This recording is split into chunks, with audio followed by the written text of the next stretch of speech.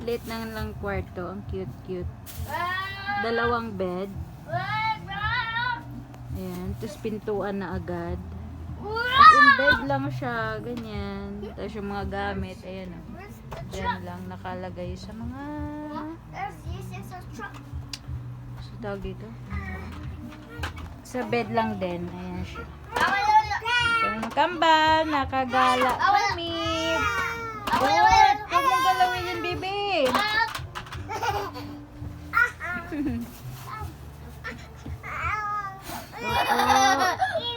Ito kami ngayon sa Zambales.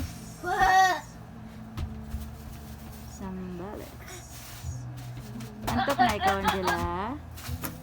Malamig naman siya kasi kawayan, kahoy lang siya ha. You know. Ayan. Tapos may aircon. Ayan. Tapos ilaw. Pa-triangle lang siya. Tapos yun na. Pintuan. Lalabas sana ako para mabidyohan ko din yung labas. Cute na kwarto. Kaya lang binuksan ko yung pinto. Mag-iiyak na naman tong kambal.